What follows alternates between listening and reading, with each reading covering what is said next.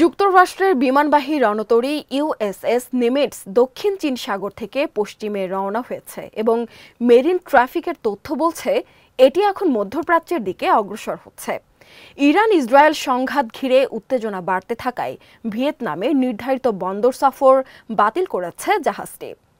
সোমবার সকালে যুদ্ধ জাহাজটিকে নতুন গন্তব্য অভিমুখে দেখা গেছে বলে জানায় জাহাজের গতিপথে নজর রাখা ওয়েবসাইট মেরিন ট্রাফিক।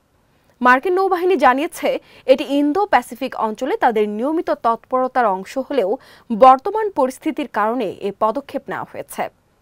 ইউএসএস নিমিটসের নেতৃত্বাধীন যুদ্ধজাহাজের বহর কয়েকদিন আগেও দক্ষিণ চীন সাগরে নিরাপত্তা কার্যক্রম পরিচালনা করেছে।